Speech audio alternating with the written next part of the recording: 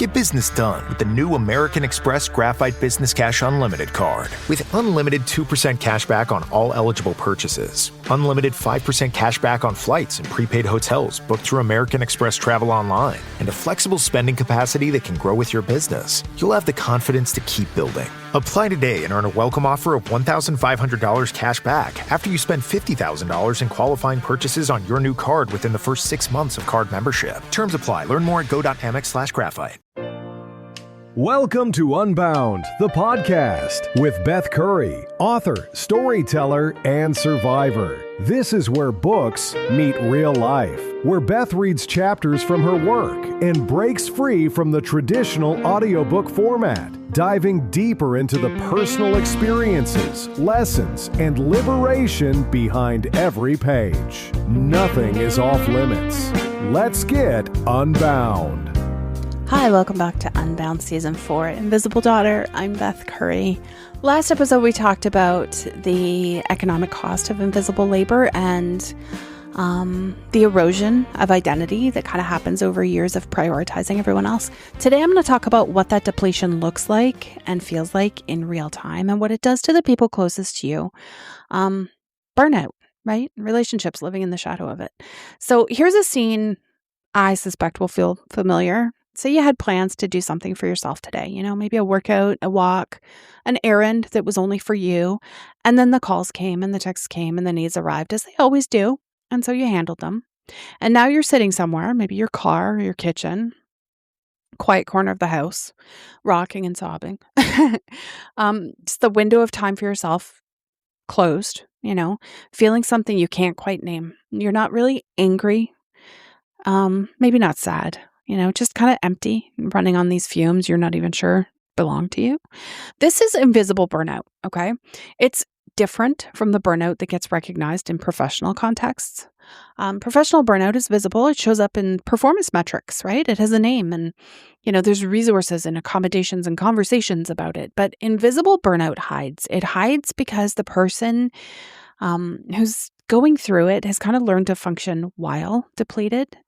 Because stopping, obviously, would mean letting people down, right? Because the role has no sick days and the family system has no backup plan for when the daughter is not okay. So she keeps going. And from the outside, she looks fine and capable and reliable and always there. And from the inside, she's burning down. The symptoms of this are real and they're really serious. So there's physical depletion disguised as busyness, right? Chronic fatigue, disrupted sleep, stress-related health issues that kind of get minimized while she manages everyone else's medical needs, of course. The emotional exhaustion is masked as sensitivity. So crying privately, maybe while kind of maintaining a cheerful availability for everyone. Emotional numbness alternating with overwhelm. Resentment about demands coupled with guilt about feeling resentful, of course. There's a mental overload also that's presented kind of as competence. So there's difficulty concentrating, maybe anxiety about forgetting something important for somebody else, maybe decision fatigue for managing complex systems for so many people. And something I want to name gently but directly, some daughters find themselves managing invisible burnout with substances. Okay, like alcohol, things that take the edge off, an edge that never goes away. And it's not because they're weak, but because they're kind of running on an unsustainable system with like no outlet and no acknowledged place to put the weight, right?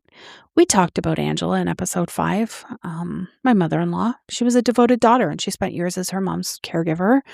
And her development of alcohol dependency was not a character flaw or a separate problem. It was invisible burnout, finding the only exit it could locate. By the time the family could see it clearly, the damage was already done, right?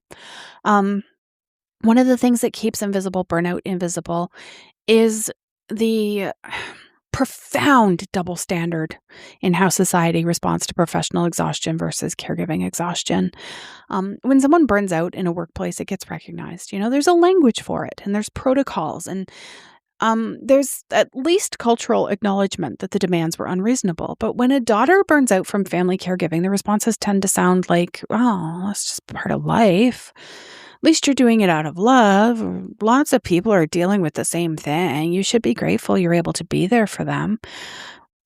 Lame, because the implicit message is your exhaustion isn't a system problem. It's a personal failure to manage well enough. And this kind of keeps daughters isolated in their burnout. It doesn't get named as burnout. It gets framed as struggle or weakness or ingratitude. And so daughters continue to carry it alone and maintain the appearance of capability while the inside continues to kind of hollow out, right? One of the most frustrating things about trying to recover from invisible burnout is the first attempt to step back almost always makes things worse before they get better. Um, when daughters start to pull back from the roles that are depleting them, the family system often responds with escalation, right? Because people don't like change. They don't want to be made uncomfortable because something is changing.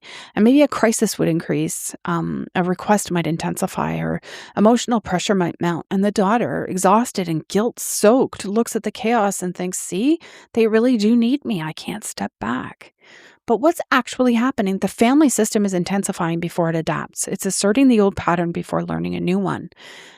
Things fall apart in the short term, not because you're irreplaceable, but because the system was never built to function without you, and it's being forced to figure that shit out for the first time.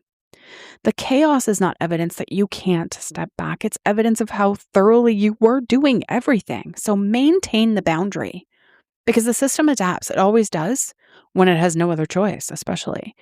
I say this a lot. What you allow is what will continue. So maintain the boundary. See what happens. Now, I want to talk about what invisible burnout does to the relationships closest to you. You cannot pour from an empty vessel, okay?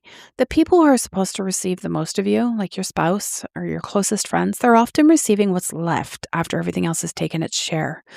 And what's left is sometimes very little. Invisible daughters bring extraordinary qualities to their marriages, empathy and emotional intelligence and capacity for loyalty and care. And these are real, and they're part of why, the people who love them fell in love with them. But those qualities are being accessed constantly by family systems that established their claim first. So by the time a daughter comes home to her marriage, the empathy has been deployed elsewhere, and the emotional intelligence has been spent on other people's feelings, and the anticipatory care has been running all day for other people's needs. And then the spouse gets the remainder. And this is one of the most painful dynamics of the invisible daughter experience, not because anyone is doing anything wrong exactly, but because the math doesn't work. You can't give everything to multiple systems and have everything left for the ones who matter the most. So I'm going to describe what this might look like day to day. There's a divided presence. You are physically in the room, but you are not entirely there. Part of you is tracking a family situation or processing an earlier call or anticipating the next need. And your spouse can feel the division even when they can't identify it as that, right? There's the emotional remainder. You have given your empathy and your patience and your regulatory capacity to other people's emotional needs all day long. And what remains for your marriage is functional, present, but not the full version of you. There's also interrupted intimacy. So dinners are paused for crisis calls, and evenings are rerouted to family needs, and plans might be restructured around someone else's emergency. And over time, these interruptions kind of accumulate into a pattern where the marriage begins to feel like it lives in the margins of everyone else's needs. There's also the communication gap. You've gotten pretty good at managing other people's emotions. You've often lost practice expressing your own. You may find that your most intimate relationship is the one where you are least able to name what you actually need, because naming needs was never something the invisible daughter role required you to practice. I talked to someone called Nina, and she describes a moment of recognition that came several years into her marriage.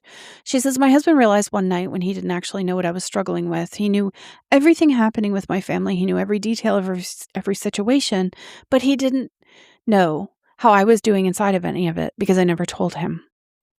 I thought I was keeping him updated. I didn't realize that updates about other people weren't the same as knowing me. That distinction between information about others and genuine access to your inner life is one of the most significant costs of the invisible daughter's experience in marriage. When daughters begin to recover, when they start setting boundaries and kind of redistributing the labor and protecting their own capacity, marriages often transform significantly. The emotional availability that was being consumed elsewhere becomes available in the marriage, and the presence that was divided becomes more whole, and the conversation shifts from managing other people's situations to actually connecting with each other. Nina said, "Our marriage is completely different now. I'm actually present when we're together. My husband doesn't feel like he's getting the leftover version of me after everyone else has taken what they need. We have real conversations. I can focus on him without half my mind somewhere else." Her husband says, "I finally feel like I'm married to all of her." That is what recovery makes possible. That I finally feel like I'm married to all of her. Not just for the daughter, but for everyone who loves her, right? So, next episode is the last episode, and I'm going to talk about the permission to be selfish and the rewriting of the family script and what becoming a visible daughter actually looks like. And, I'm going to leave you with this question. Who in your life is getting all of you, and who's getting what's left over? Really sit with that one. And I'll see you in the next episode. Thanks for listening to Unbound with Beth Curry. Join the conversation in the Facebook group or visit author.bethcurry.com. Want to support the show? Head to ko-fi.com/unbound podcast. Until next time, stay unbound.